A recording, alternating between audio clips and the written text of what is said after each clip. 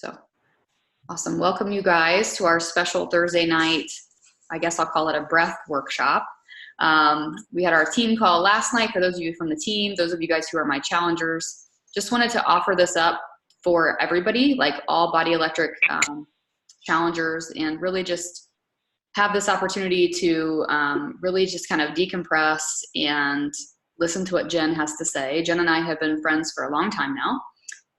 When I owned my gym, she was my right-hand trainer, my yoga girl, headed up our yoga classes, and she's super qualified in the area of yoga, meditation, breath work, all of that sort of stuff.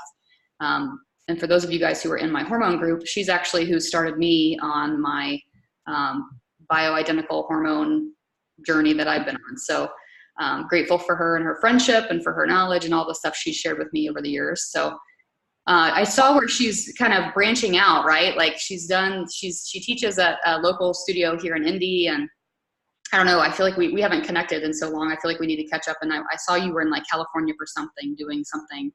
So I want to hear all about it, but she's really expanding her horizons when it comes to this stuff because she does know her stuff. So excited to introduce her to you and have her kind of lead us through the next 30 minutes. And I'll let her take it away. Well, good evening. It's really fun to be with you, and I've never led a workshop like this. So this is going to take a minute for me to kind of get some feedback visually and be able to connect this way. So be patient with me. I'm really honored to be able to share. This is really simple but powerful information, and sometimes it just takes stepping back and being reminded. And so let me give you a little background. I've been practicing yoga for probably 25 plus years, teaching for about 15. And Jen left this part out, but I do other movement as well. I mean, I've done probably a good majority of the programs you guys have through Beachbody, and I lift, and you name it. So anyway, movement and performance is really important to me, and I know that it is to you all.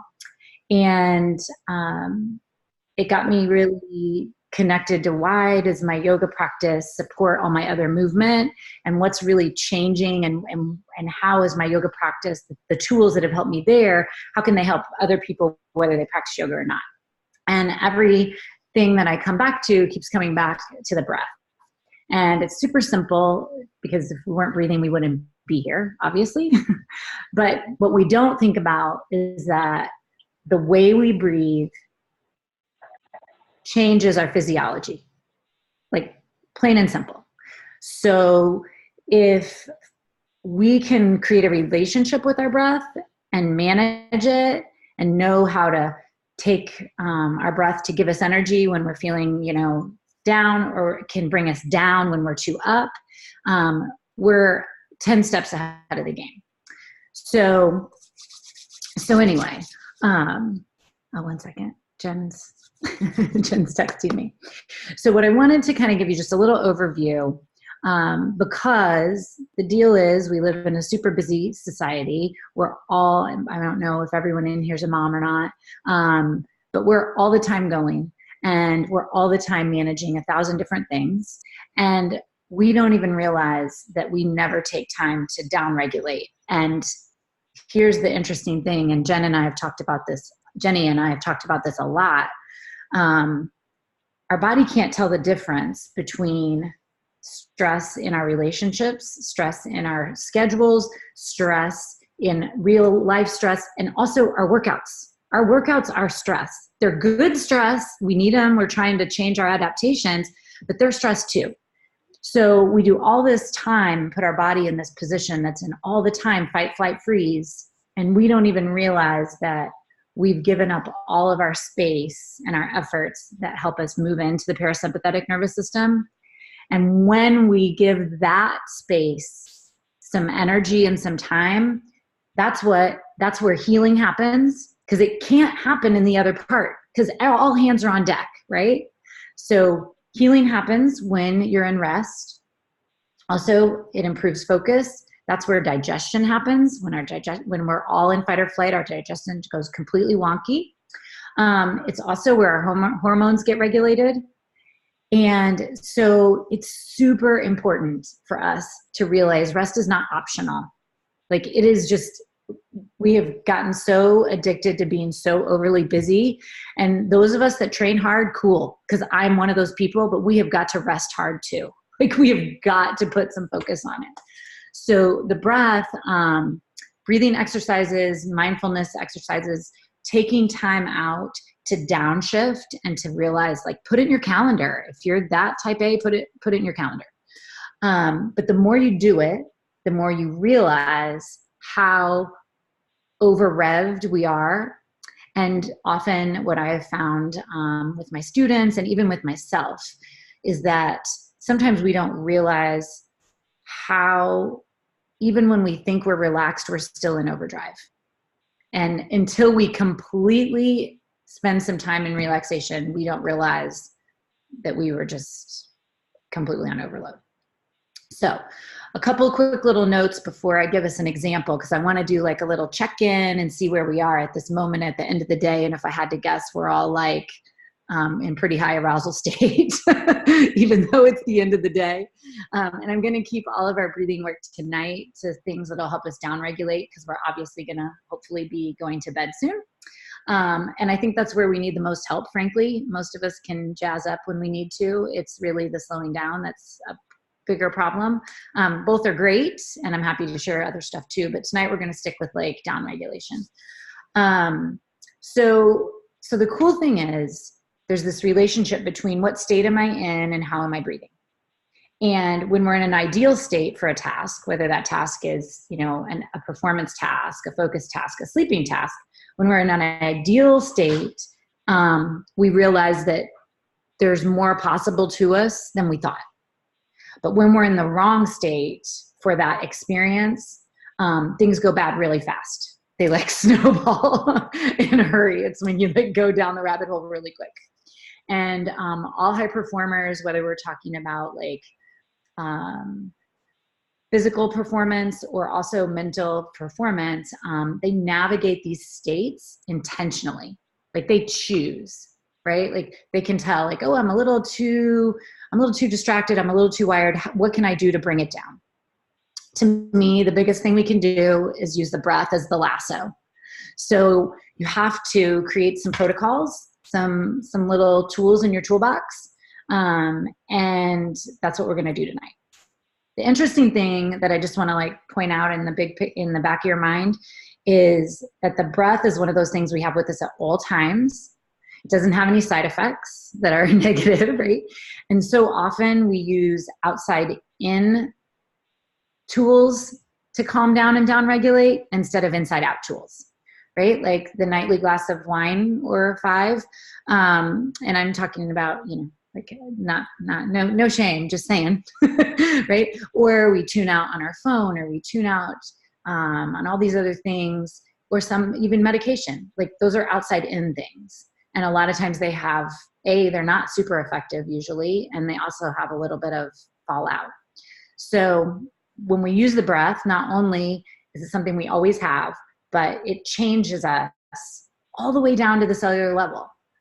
Our like I said, our immunity goes up, our stress hormones go down, our body says, okay, this is cool.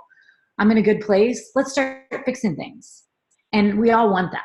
We all want the body to be in a place where it's good to go again. I mean, we only have one. We need it in good shape. So I know we're all in different types of positions, but the position that you're in is really relevant to how you breathe. So one thing I would really encourage you to do wherever you choose to take this time, and we're talking, you could do 5 minutes in the morning and 5 minutes at night. You could do 5 minutes throughout the day, set a timer. But in order to fully be able to activate the type of breathing that we want, you have to be in a position that allows the diaphragm to move freely and the rib cage to expand. So that position might be a seated tall position. If the hips are super tight, you might find a comfortable way to release some stress in the hips, because that will also constrict the diaphragm. And if I had to guess, lots of us have tight hip flexors. So if you can raise the knees. Another option, sitting on the floor, sitting on your knees, or the best for those of us that are like all the time on the go is to lie down on your back and put something under your knees. But I know right now that's probably not optimal. So we're going to start and just see where you are, okay? And I'm going to ask you to put your hands on your belly below your rib cage and take a big breath in through your nose, and see if when you breathe in through your nose, if you can feel your rib cage come forward and then open up almost like a book. Okay, and it might not happen for a few. And then when you exhale, it closes back and pulls in. And if you can, the other thing you really could encourage, like another big shift, is to breathe through your nose. If you can do nothing else other than sit tall in a good position and breathe through your nose, both of those things will be instant shifting you down, like almost instantaneous. Okay, so I want you to just breathe into the count of 4. I'll count for you. See if you can really expand the rib cage into the hands and spread out. And then exhale, 1, 2, 3, 4. Inhale, 1, 2, 3, 4. Exhale, 1, 2, 3, 4. See if you can keep that rhythm going, and I'm just going to talk you through some more of the mechanics. I want the breath to start at the bottom of the belly, move to the mid-chest, all the way up to the upper chest. Like we want the whole chest involved. And then you exhale from the top to the middle to the bottom. So do that 2 more times.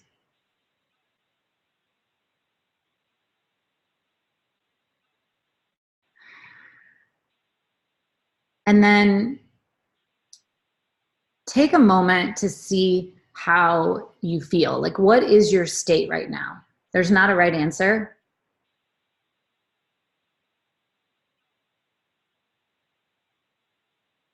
It may be the first time you've really asked yourself this question.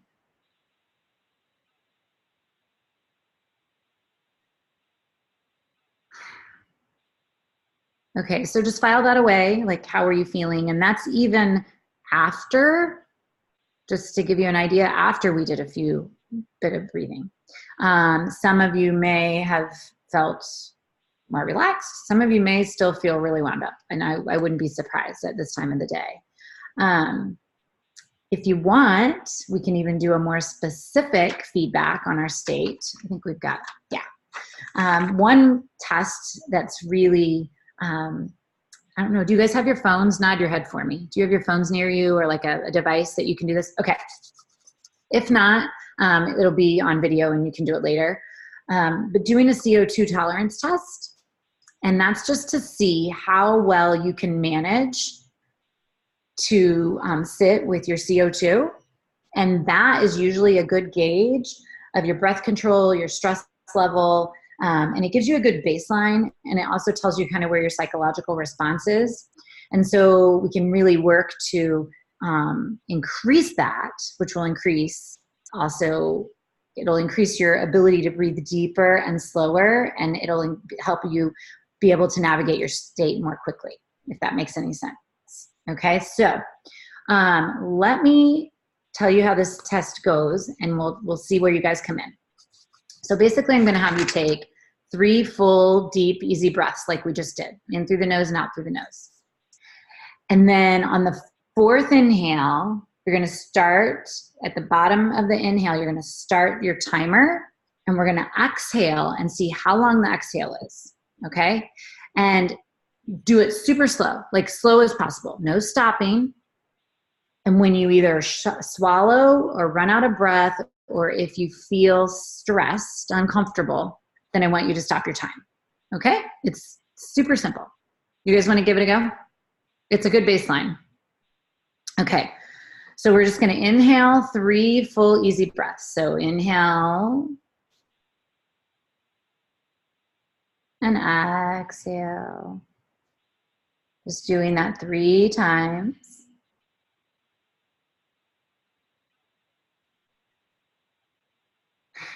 And then when you're ready to start your 4th exhale, go ahead and start your timer. And you're not pushing air out, you're just letting it slowly seep out. You have plenty of oxygen. It is not a stressful situation.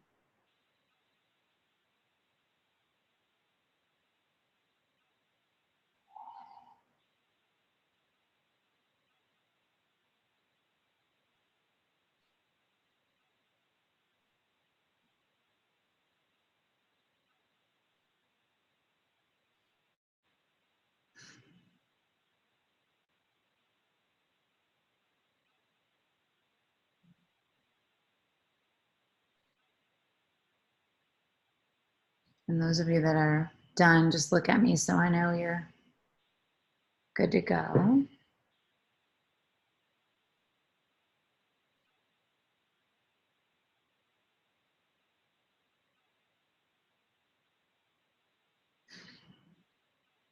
Okay. So to give you kind of a big picture, if you happen to have under 20 seconds, that's an indicator you're in really high stress, high arousal mode. Okay. If you're somewhere between 20 and 40, don't worry, I wouldn't be surprised if we weren't all there. If you're between 20 and 40, you're in about an average to moderately high arousal state. And probably our focus should be on getting a good foundation of the way you sit and working on that expanding the rib cage and closing and just nostril breathing. And then intermediate, we're looking at 40 to 60 seconds. 60 to 80 is advanced. And that's if you've done a fair amount of breath work and you're able to navigate those states. And then above 80 seconds is like elite. I mean, we're talking, you know, divers, climbers, those kinds of people. So was everybody surprised at their number a little bit? Or did you kind of think it probably would be around there? Yeah, give me a nod. Like surprised? Anybody feel anxious when they did it? That happens sometimes. No, good. Okay. So it's a simple thing you can mess with. If we start this like 3 times a day, 5 minutes of nostril breathing, and we're going to practice again. I'm going to do it a little longer and guide you through. And then we're going to retest. And if I guess, I'll be a teeny bit better. And some of it is just learning the test too. But it's a good way to just check in. Sometimes these things seem elusive, and to give it a number, to give yourself something to focus on kind of helps us say, okay, this is important. This deserves my time. And this has results that I can measure and I can see that I'm improving. And what I think you'll find is that the number isn't as important as improvement is. You know, because the bottom line is, as you can navigate your states by choice, you have control over your reaction and where you're residing. And it doesn't get better than that, right? Like we're in a space that's the good space for the task, instead of the space where things go to shit really fast. And I mean, because that's just never a good place to hang out. So if you have questions, Jenny didn't say it, but you can certainly send them to me on chat. I know that we're a small group, so I don't want you to feel, I don't want you to feel like I can't answer questions if you have them. So feel free to send them.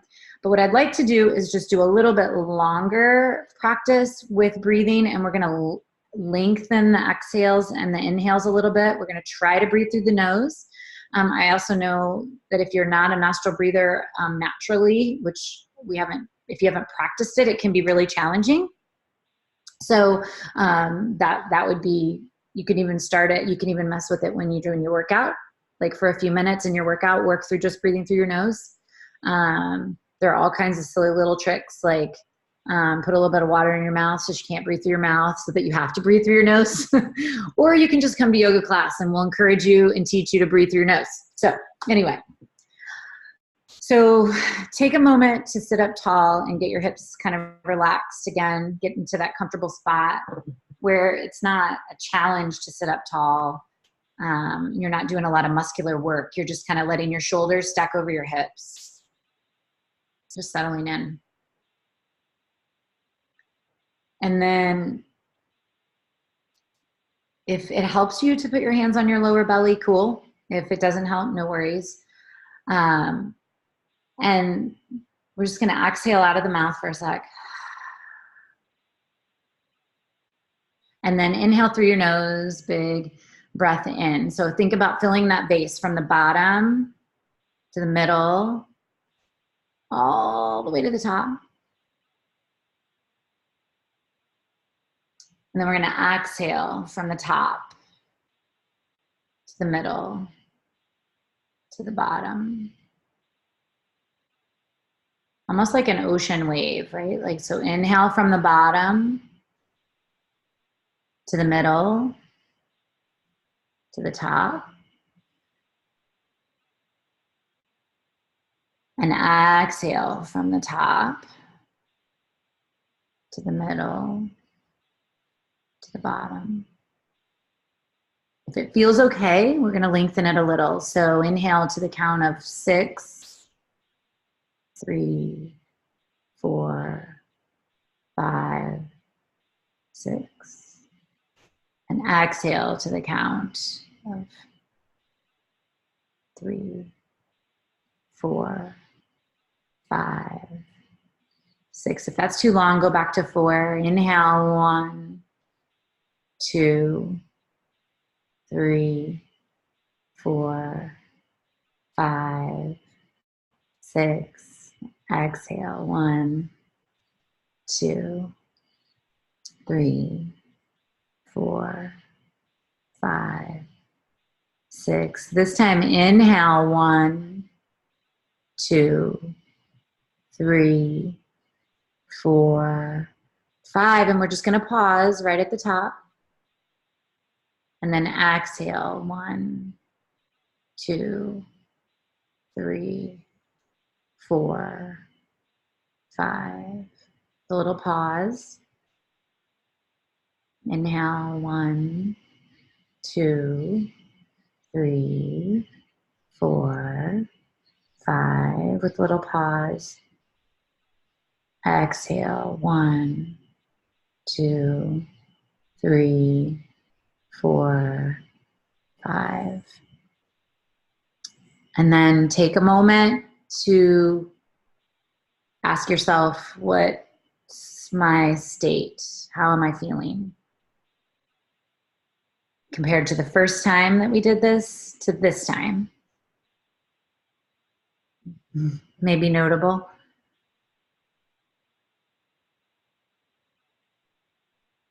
Yeah, and then we could try to do that if you want to try the CO2 tolerance test one more time and see.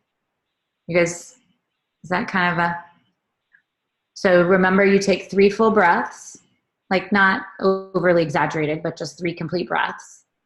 Take the 4th inhale, and then on that 4th exhale, start your timer and see.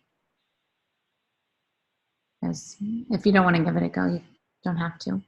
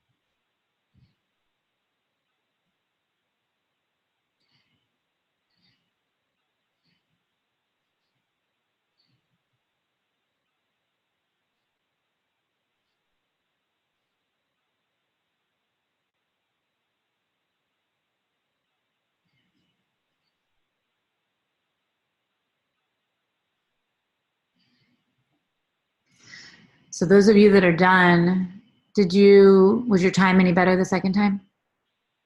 Shake your head for me. No, no. No. Was it harder the second time? Or about the same? About the same? Did you feel like, I know you guys are all on speaker or on mute, but did anybody notice at least a different feeling internally after doing the breathing the second time, state-wise? Did you guys feel like you could relax a little? I felt less anxious. The second time? Yeah. With the longer breathing? Yes. Okay. I only went like 6 seconds longer the second time, but the first time I did it, like the second I started exhaling, I had this like sense of panic. Right. When I tried to start exhaling slow, I like freaked out internally. Right. This time I didn't. Me too. Probably because I knew I wasn't going to die. Right. So that's the thing, that our breath is like the, I think of it as like the sign the train's leaving the station, right? Like when you start to mess with this, you start to think, oh my gosh, I don't know if I can breathe. And you can do it however you want to do it. I mean, if it's creating anxiety, then back up and do it in a different way. But what often happens is when you start to work with this relationship and you start to come up with little practices that help you, like the number that helps you specifically, like maybe that 6 seconds was too long for all of us that second time, like that, the holds. And so then that pushed you up against a little anxiousness. Well, our goal is to just keep raising the threshold, but that just means we were too high at the top. So we just need to back down. Am I making sense what I'm saying? So maybe 3 or 4 count is a better place to work to build the foundation. And then when you get comfortable, maybe add 1, right? It's hard for me since we're not back and forthing to know like where our baseline was. So I probably should have kept it closer to 4. But what you'll find is that there's a super direct link to our mental emotional state and how we're breathing. And we not only can we directly influence it by how we breathe, but we can also directly influence our emotional, we can go back and forth. Does that make sense? So if it made us anxious, we can also learn how can we bring it back down. That was too far. Let's back up. So how about, did the first one cause you to feel that way, or just the second one? They both did? No, just the first one. The first one was where I felt really anxious. Okay, so the first one, the first CO2 test, not the breathing that we did together. Initially, yes, it did. Yeah. And I also had a history of really bad asthma attacks when I was in college, so I'm sure that's part of it too. Well, absolutely. There's nothing that makes you feel more anxious than the idea that you might not be able to get enough oxygen. I mean, there just isn't, right? Yeah.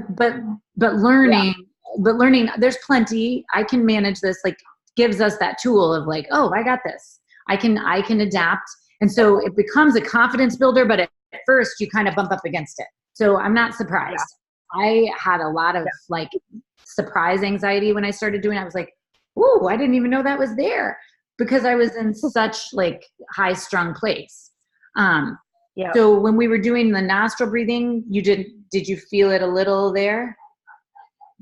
I actually didn't. Once we got going, I started to calm down with it. So good.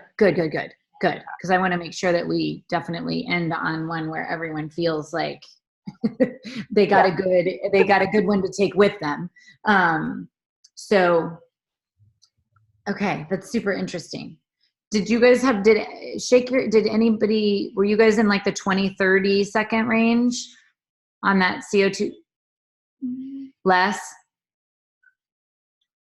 Yeah. I mean, I would have guessed. I was like 18 seconds the first time. Yeah, I feel like I did 18 the first time I did it too. And I breathe regularly, like with a really regular practice. So don't let the number intimidate you. Just let it be a starting point. And then what was your second one? My second one was 24. I went from 18 to 24. Gotcha. So it was better the second time. Okay. And Julie's was high. Okay.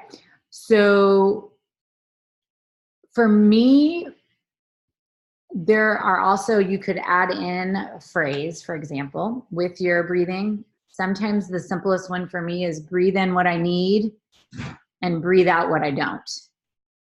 Like it's this permission to basically just declutter, breathe in what I need, breathe out what I don't. But sometimes even then it's just like, then I start making lists like, oh, what do I need? What do I not need? Because that's how we work, right? So sometimes numbers are better for me and sometimes putting a word to it. So it just depends on what kind of day I'm having. But those are probably my two favorites. Inhale to the count of 4 to 6 through the nose, exhale to the count of 4 to 6 through the nose.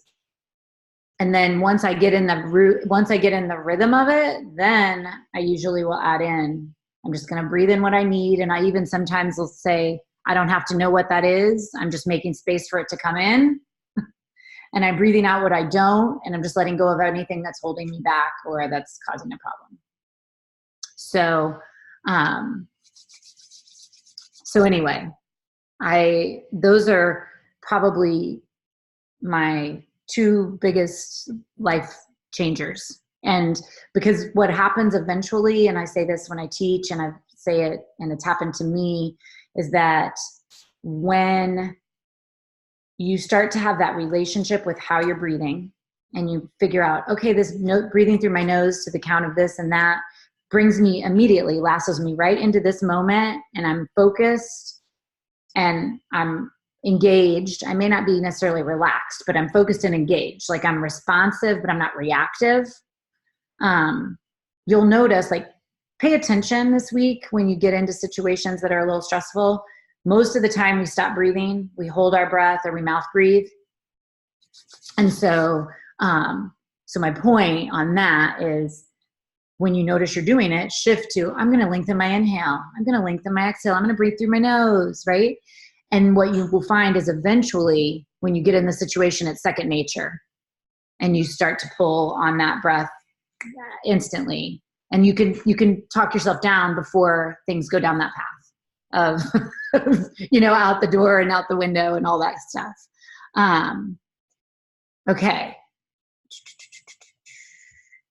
A couple of you have mentioned like restrictions physically in the body, and that is real, like especially those of you that are lifting weights and like, so there are some release techniques that are really helpful for that. If it's your rib cage and like your thoracic spine, lying on the floor on your back with something down the middle of your spine is really helpful and supportive. And doing that will really give you more space and a deeper volume, and that, yep, you got it, will give you more volume. And then also loosen up all of the musculature and the connective tissue, because it just like shrink wraps in. So often it's thoracic spine, or the hip flexors can be a big one. So rolling like with the psoas, like laying on a tennis ball and breathing. If you guys do, Jen, do people do, I don't even know if you guys do that stuff, but Jenny, but they probably are not doing that. But they will help you breathe better, FYI, which will also help you heal faster. Foam rollers are the bomb. Yeah. So it seems simple, but it's really bigger than just, I feel a tiny bit better. You're setting your body up as this atmosphere that can fix itself. And we all need it, like every day, every day. So I think that's kind of a good place to stop, unless you want me to lead a little, like one last little breathing exercise. But it's up to you, because I'm fine. I mean, so I was just going to chime in though really quick and say that just from my experience, like when Jen and I first met, not that you guys need like a whole life story here, but I was in a bad place when Jen and I first met, because it was when I was really in the thick of my migraine debacle of my early 20s. And I, at that point, had felt like I had tried everything else, like every medication, every kind of what you were just saying, like outside things coming in versus right, inside out. Right. And a friend recommended that I try Jen's yoga class. She was teaching yoga at my corporate office during lunch hour. So that's how we met. And then I remember like I had never done yoga before. I thought it was going to be a lot of alms and meditation. And it was like Jen's form of yoga is basically like, okay, I don't even know how to describe it. It's basically like, those of you doing morning meltdown, it's kind of like total body badass yoga edition. And so by the time you get to Shavasana, you have no choice but to be in Shavasana because you're toast. So that's her form of her teaching style. And so I remember having done the first class, it was kind of like I was hooked because it was so challenging and it was not at all what I expected.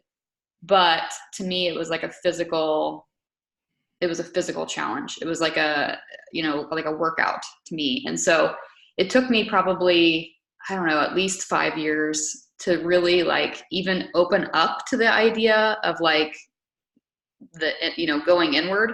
Like you can ask Jen, and I'm still like Shavasana is today by the way, you guys, I think I'm a couple days ahead of you guys who are doing morning meltdown, but the day 15 workout for freestyle flow, the 100-second challenge is a Shavasana. She challenges you to lie still for 100 seconds.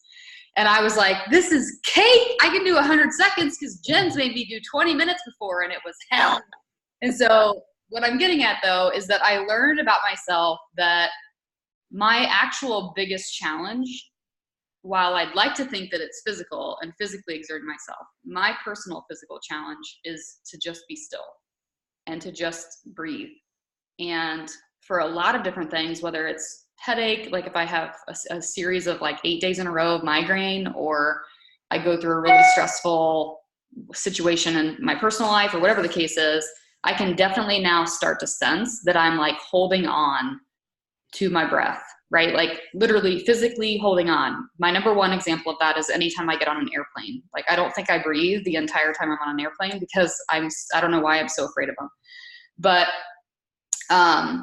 so just having that awareness has helped me to a degree, but I feel like everything Jen has been learning and teaching in the last half an hour is like total another level for me. Like I feel like this is still so challenging. It's like pushing me out of my comfort zone to be focusing on it, but I know it's needed. So I share that only because I think a lot of you guys are like me, right? Like you like to work out, you like to push yourself, you'll do everything else, right? Like I'll even eat all the Brussels sprouts, I'll eat all the broccoli. Like other people out there are like, no way I'm not eating that. No way I'm going to work out like that.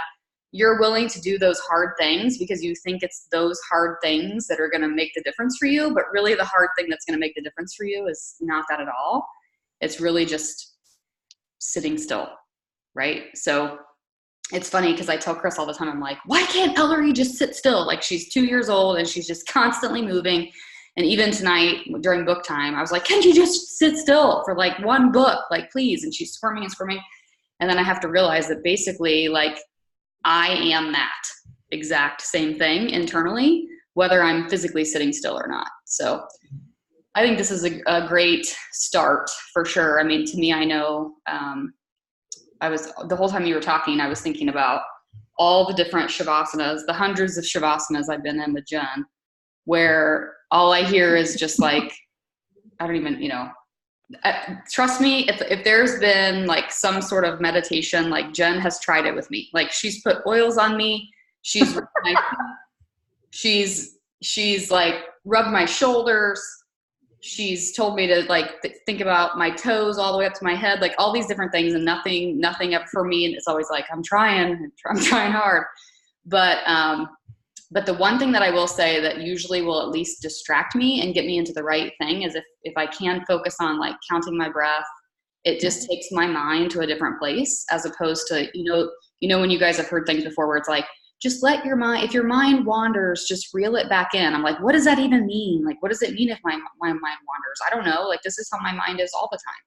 So to me, like the counting of the breath and like the focusing on the physical, like really feeling it and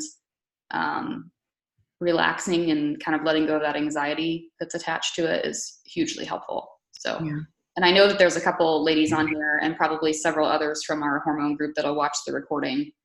And we've been talking a lot lately about overall, just not even just fitness and nutrition, but just hormone health. And the majority of my group is suffering greatly from sleep deprivation, lack of sleep, all those sorts of things, hot flashes, like things that are keeping them up at night. And so this, like, don't take this lightly. Like, this could be something that you could dive into every single day. Like Jen said, like 5 minutes in the morning, 5 minutes at night, getting yourself ready for sleep. And that was actually what I was going to ask you, Jen, is like, what is your number one tip for, like, we've kind of just done this down regulation thing, but for people who are suffering with sleep, getting themselves to sleep or staying asleep, like, what would you recommend as far as like training yourself? As far as training yourself, I mean, certainly setting a good routine, obviously. Our phones are getting off your phones for probably a good hour before bed. I mean, that screen wires your brain up. Some people say turmeric almond milk actually is quite helpful. A little warm milk before bed. Here's the challenge, and I will say there's having a good routine is huge, but hormones waking you up at night is real. Like it's not your mind. It's it's a wiring malfunction.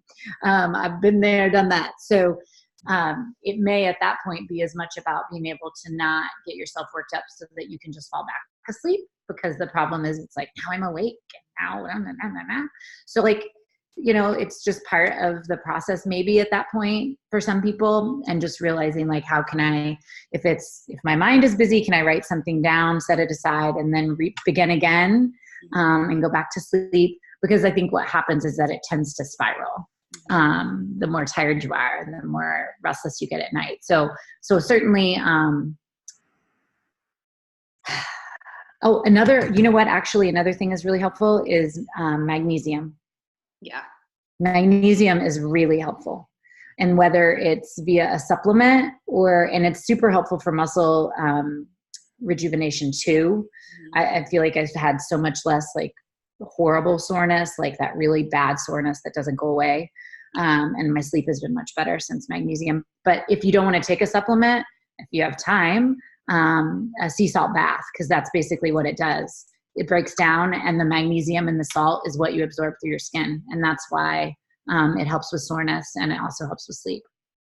So it's a magnesium supplement through your skin instead of through your digestive system. It's a good one. Very cool. Have I listed? I'm trying to think if I've said any others. Really inhale what I need and exhale what I don't is helpful, because you can just let go of, declutter your mind. Jen was saying I usually do like a full body count, like start with my feet, and just like, I'm going to breathe into my feet and let them relax. And then I'll move like up my calves and legs. And by the time I'm to the top of my head, I'm zonked. Mm-hmm. But yeah, and I don't know if I've told them this in the group or not, but I'll say it here. Like when I had like a straight year of like, my sleep was horrible. Like I could fall asleep fine. Like I was worn out at the end of the day, but then I would wake up at like 2 or 3 or 4 in the morning and I couldn't go back to sleep. Right. Which is super consistent with progesterone. Yeah. Deficiency. My doctor has me on, Jen and I have the same doctor, but my doctor has me on 60 mils of progesterone now. Like I'm on like triple the dose I've ever been on. But anyways, that's not what I was getting at. What I was getting at though is I started to realize that the reason I couldn't get back to sleep was because, and we've talked about this, like those of you guys who are in my group, like the 4-legged chair, right? Like my progesterone was low, therefore it was affecting my blood sugar. My blood sugar was affecting like all those, my adrenals, like everything was all intertwined. And so I started to figure out that like literally after months of not being able to get back to sleep at night, I figured out that like my blood sugar was crashing in the middle of the night too. And so if I just got up first of all, I started implementing like a bedtime snack that was what I was going to say, something with even some, like nut butter. Like my favorite is just like, I do like a beach bar, like the Beachbody Beach Bar, which is low sugar, 10 grams of protein. And then I would put nut butter on it for like a little extra fat. Yeah. And that would help me all night long. Like it would help me even get back to sleep because my body wasn't having like any sort of blood sugar. Right. So something you could try if that's something. Yeah, that's another. Like I would wake up at 3 a.m. like wide awake, and I didn't necessarily feel hungry, but I was just like, why can't I go back to sleep? And I felt wired, and I think it was just my sugar and my adrenals, just like right. So. On overdrive, yeah. But okay, cool. Well, this has been super helpful. I'm glad you took the time to share with us, and I know I'm going to having me and do it again and again and again. Yeah, well, thank you for having me, and thank you for being patient. It's a really curious thing to do without feedback. Like I'm such a like face reader, like you're a body language. Yeah, so this is really challenging for me. So I'm gonna have to. Yeah, I'm gonna have to work at it. Yeah, for sure. Okay. Cool. Well, thanks for practicing on us, and anybody who's in Indy, let me know if you'd be interested. Nowadays, I'm a little more free, so I've got my daughter in preschool, so I'm hoping to get back into Jen's hot classes very soon. I'd love to take you guys along with me sometime. She teaches over at Flourish in Fishers. Laura, when you're in town, we should go sometime too. Yay! I love yoga, so yes. And I was a total doubter when I first started yoga too. I'm a runner, so I was like, I don't need yoga. It's a fad. It's silly. And yeah, now I love it. Yeah. Laura and Chris ran collegiate cross country together. Oh, fun. And she's a personal trainer as well. Yep. We like to lift things that are heavy and put them back down. Yeah. We don't like to sit still. We're working on it. And Jenny, we matched tonight too, by the way. I know, I saw we had the same shirt on. That's funny. Okay, so Jen, I don't know if you saw any of the chat, but I just wanted to let you know that it says here, let's see. I'm starting to see it now. Amanda just said, like, my number was crazy low, 12 seconds. My ribcage feels restricted. I think you touched on that. And then, yeah, Allie, you're friends with Meg Faber. Oh, I'll see her tomorrow. Yay. Yay, that's awesome. Okay, cool. Well, I have this recorded, so I will be posting it in our virtual gym, in the hormone group, and in the team page, along with our team call there too tonight. So thank you, Jen, for doing this, and I will talk to everybody soon. Have a good evening. Sleep well. We shall. Good night.